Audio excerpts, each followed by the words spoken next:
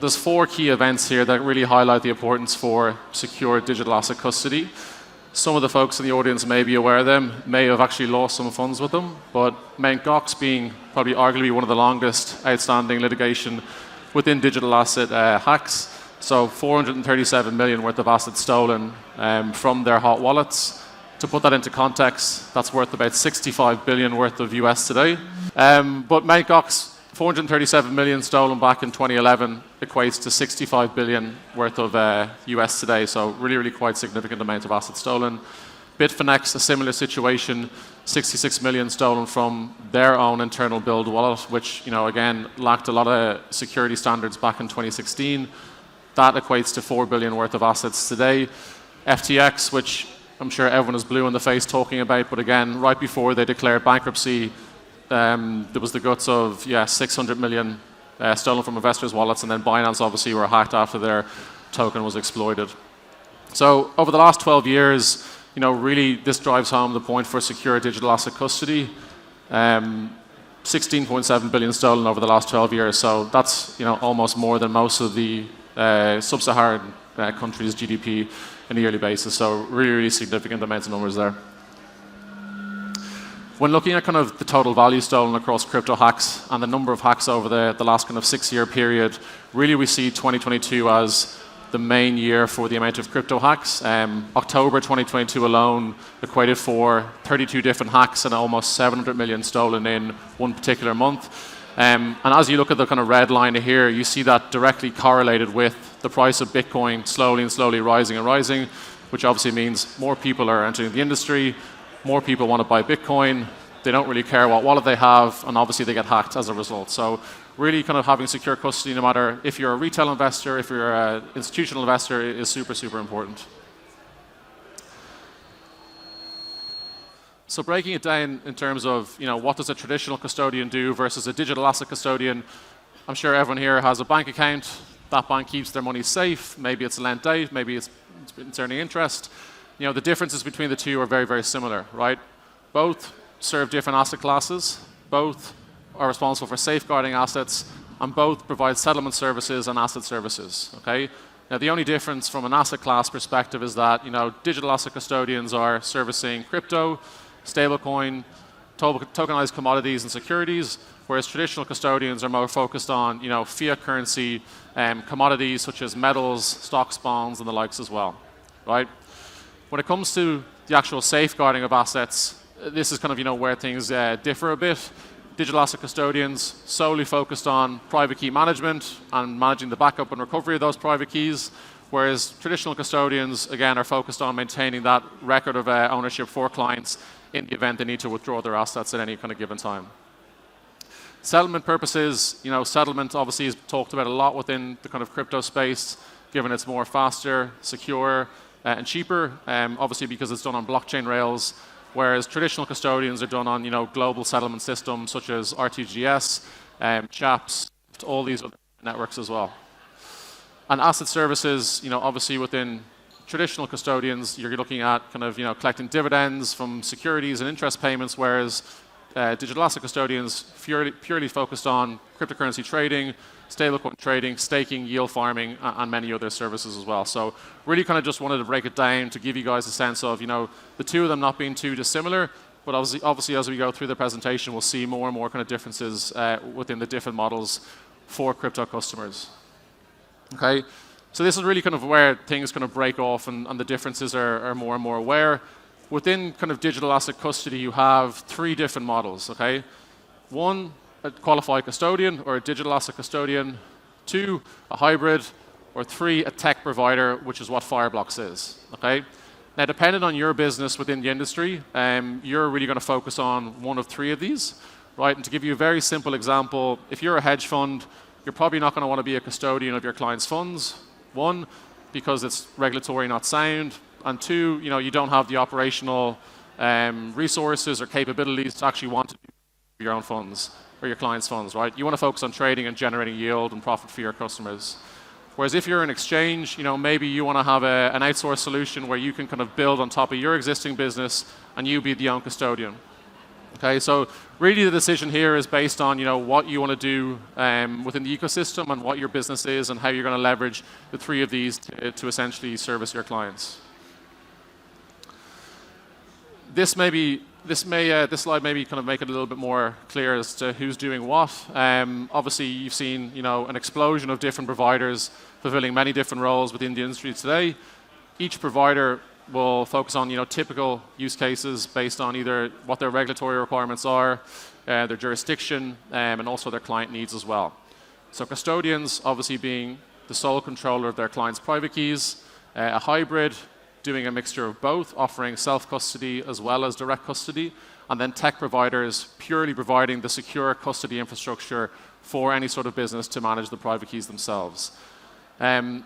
From a consolidation perspective, I think we're going to see a big amalgamation of some of the names on these boards, and we already have done over the last couple of years or the last couple of months even with, cryptocurrency companies buying qualified custodians, some even going out of business. But, I think we'll see kind of a clear winner between custodians and technology providers with probably one or two doing both. Now, within each of the different models, I'm sure everyone here has heard of a wallet. Again, depending on what model you're using and what your clients demand, you may use a mixture of both. You may use a mixture of all three, or you may simply just use one. Okay, so a hot wallet obviously is typically designed for really, really easy accessible funds. Private keys are kept online. Typically, this is where a lot of the hacks occur with bad security, where private keys are compromised and funds are drained from wallets. But really, the idea here is that it's used for crypto exchanges, high-frequency trading firms where they need access to private keys and the ability to move funds at scale really, really quickly. Warm wallets, again, private keys are still online. However, there's some human involvement needed when it comes to approving transactions, signing transactions. And typically, you'll see trading firms or firms that require kind of multiple levels of approvals, 4i, 6i, 8i checks, leverage warm wallets. Whereas cold wallets, again, you'll typically see custodians, banks, really, really highly regulated institutions keep the majority of their clients' funds in cold storage, given that the private keys are fully stored offline. Key signatures may need to be bridged from QR codes or other devices, and typically it's seen as a more kind of layered approach when it comes to private key management. My animation clearly isn't working here. So when you think about, okay, well, crypto custody solutions for the future, and what if I'm a bank, what if I'm a hedge fund, what if I'm a crypto exchange? What are the kind of 4 key areas that I need to look at as a business to really kind of ensure that what I have in-house is developed to the utmost standards of the industry today? So why are these so important? Well, from the first perspective, 16.7 billion worth of assets have been stolen from cryptocurrency businesses since 2010. So really having strong security that provides different layers of protection is key, as well as also ensuring that your business is tracking key developments within the crypto industry to ensure that private key management is up to standard, transaction policy approval flows are up to standard, and generally you as a business are evolving amongst what you initially started off on. From a compliance perspective, again, we've seen many compliance failures from some of the exchanges here today, some other kind of crypto businesses that have stripped them of their licenses in different countries.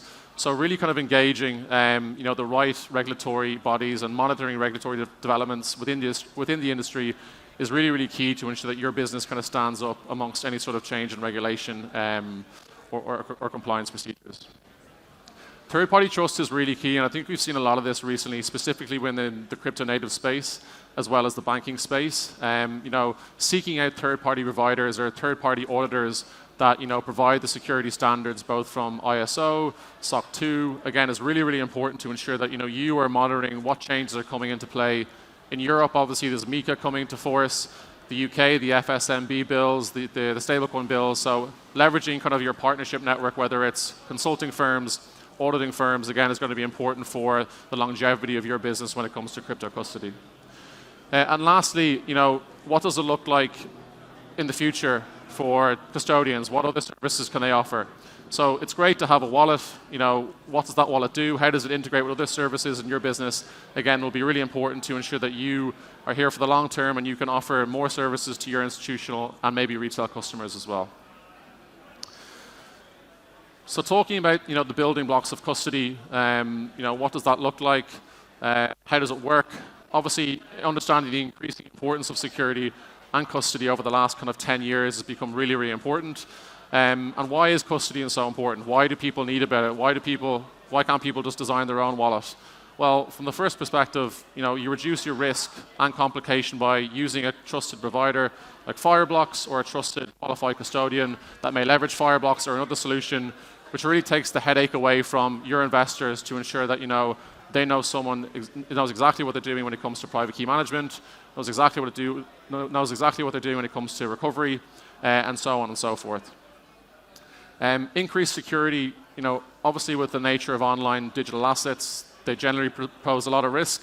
And an institutional firm that is just focusing on trading or releasing an NFT doesn't necessarily have the resources or knowledge of security when it comes to managing their assets or their private keys. So trusting a third-party provider, again, is really, really important if you want to make sure that your business is safe from all aspects at all.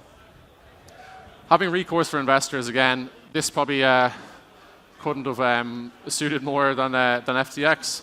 But trusting an unlicensed custodian or an unlicensed exchange, a lot of people's money is still tied up in Celsius. A lot of people's money is still tied up in FTX. And really, they have no path for recourse here because licensing basically didn't exist in their business. So having a trusted provider or custodian that has the necessary licenses, again, becomes really important when it comes to recovering your assets in the event of a hack or a breach of their technology.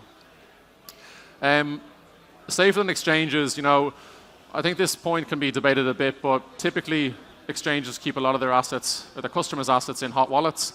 Some are a little bit more secure than others, but trusting a custodian, but also using an exchange for trading purposes is a good mix of both, where your assets are kept safe in a custodian, but you also have the ability to move assets in and out of exchanges when you're trading. Again, is a good option rather than solely keeping all your assets purely on a hot wallet on an FTX, for example, which wouldn't have worked out too well for you. And the last thing is around operational efficiency. So again, custodians, tech providers for custody have the necessary operational procedures in their business. They have the right resources, and they have the path to success that you probably don't know in your business, given that you're focused on something completely different. So again, increasing importance of custody here is really, really important to trust someone who's done it before and is battle tested and has proven themselves within the industry. And that's all great, and it seems like a really happy story. However, there obviously are some key challenges to digital asset custody. There's 4 here, but there's probably about 14. Security and future-proofing, really striking the balance of what is secure, but what is actually accessible as well. So having a private key management system that is one thing, but how does that evolve? How does that support different blockchain networks is really, really important to choose when you're starting out in your journey with digital assets. Number 2, so older solutions like multi-sig really have created bottlenecks for evolving firms when it comes to trading, both from kind of supporting different blockchain networks, being able to pay gas fees, and generally preventing firms from scaling. So looking at solutions like MPC, multi-party computation, I should know how to pronounce that. I work with it every day. Is again super important to evaluate when looking at the longevity of your business and how you're going to scale across different jurisdictions. Regulatory status, again, this is a bit of a gray area, and I think there's no uniformity yet across the world, which is preventing a lot of institutional money flowing into the business. Institutions want kind of clarity across every jurisdiction they're operating in, every single asset class they're operating in, before kind of allocating all their cash into a digital asset custodian or tech solution. And then lastly, having a sound insurance policy. Again, this is really more important than anything in the 3 other challenges I've just mentioned there. It's very, very difficult to get a big insurance policy within digital assets. So having kind of the relationships with insurance providers that provide coverage for your business, again, is really, really important. We're almost up on time, so it's good that we're on the last slide. So again, coming to the end of this, what's the future of digital asset custody look like? 4 key areas: regulation and licensing. So evolving regulatory landscape and different jurisdictions operating in different areas is going to be key for, again, institutional adoption and money flow. The different range of digital assets that we'll see over the next kind of 3-5 years, I guess, will continue to emerge. 2 years ago, we've seen the emergence of NFTs. tokenized assets, securities, even Web3 assets as well, again, will continue to emerge, and digital asset custodian solutions need to be able to support these. Adoption and expansion, I think this is more targeted towards what banks and traditional financial services firms can do for their clients that trust them. How can they offer digital asset custody solutions? And we at Fireblocks are actively engaged with many banks across both South Africa and other regions as well, talking about how they can leverage digital assets and custody solutions for their business. And then lastly, as I mentioned, custody is great, but what can you do beyond that? How can you offer other services? Maybe it's staking, maybe it's tokenization, maybe it's order execution. Really kind of an amalgamation of all these services will really help you kind of service your clients, not just now, but 10, 20, 30 years down the line.